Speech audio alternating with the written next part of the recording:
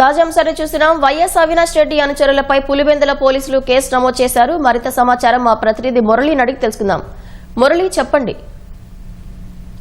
పవిత్ర, YS Vivekananda Reddy హత్య కేసులో రెండో నిందితుడిగా ఉన్న సునీల్ యాదవ్ ను 2 రోజుల కిందట పులివెందుల పట్టణంలో వైఎస్ అవినాష్ రెడ్డి అనుచరులు రెక్కి నిర్వహించి వెంబడించారనే దానిపైన అవినాష్ రెడ్డి అనుచరుల పైన పులివెందుల పోలీసులు కేసు నమోదు చేశారు. శనివారం సునీల్ యాదవ్ కుటుంబము పులివెందులలోని శ్రీకృష్ణుడి టెంపుల్ కి వెళ్లి వస్తుండగా Avinash Reddy PA Lokesh Reddy YCP social media activist Pavan Kumar తో పాటు మరో 2 కలిసి ఎరుపు రంగు కారులో వెంబడించారు, తమని అనుసరించారని కూడా సునీల్ యాదవ్ శనివారమే పోలీసులకు ఫిర్యాదు చేశారు. దీనిపైన పులివెందుల పోలీసులు పూర్తి స్థాయిలో విచారించి కేసు కూడా నమోదు చేశారు. బిఎన్ఎస్ యాక్ట్ 126, 351 సెక్షన్ల కింద కేసు నమోదు చేశారు. అయితే ఆ కారులో మొత్తం 4 వ్యక్తులు ఉన్నారనేది కూడా సీసీటీవీ దృశ్యాల ద్వారా పోలీసులు ఆరా తీశారు. దీనిపైన వాళ్ళని అరెస్ట్ చేసేందుకు 2 రోజుల నుంచి కూడా ప్రయత్నాలు చేస్తున్నారు. అయితే ఇవాళ మధ్యాహ్నం లోపు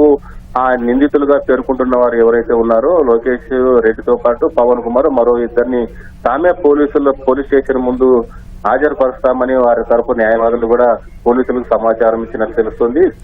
ఇవాళ మధ్యాహ్నం లోపు 4 నిందితులు పులివెందుల డిఎస్పీ మురళీ నాయక్ ఎదుట హాజరుపరిచేటువంటి అవకాశం ఉంది. దీనిపైన పూర్తి స్థాయిలో విచారించి ఎందుకు సునీల్ యాదవ్ ను రెక్కి నిర్వహించారు, వెంబడించాల్సి వచ్చిందనే దానిపైన కూడా ఆరా తీసే అవకాశం ఉంది. పవిత్ర, రైట్, ధన్యవాదాలు మురళి.